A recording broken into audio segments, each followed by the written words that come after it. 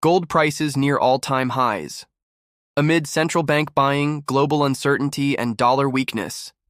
April 16, 2025 As of April 16, 2025, gold continues to trade near its highest levels in history, underpinned by a complex mix of global economic uncertainty, rising geopolitical tensions, central bank accumulation, and sustained weakness in the US dollar.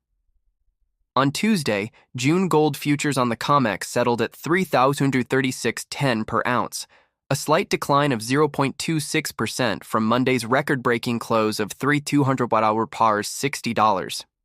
Despite this modest pullback, gold remains in a strong uptrend, having surged nearly 19% year-to-date and posting 21 record settlement highs since the start of 2025. This remarkable performance has made gold one of the top-performing major assets this year, outpacing global equities, bonds, and even cryptocurrencies.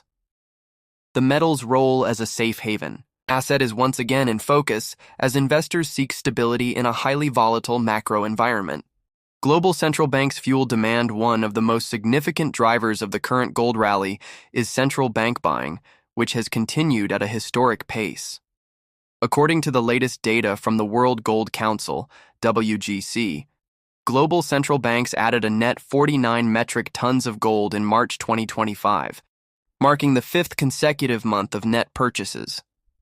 The largest buyers include People's Bank of China, PBOC, continuing its effort to diversify away from U.S. Treasury holdings. Central Bank of Turkey, responding to persistent inflationary pressure. Reserve Bank of India, gradually increasing its gold reserves as part of long-term asset rebalancing.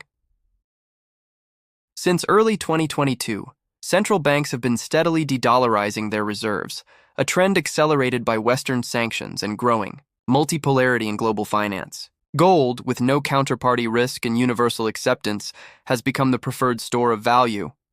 Central banks are now acting less like market participants and more like strategic accumulators, noted Layla Hoffman, precious metals analyst at Geneva Commodities.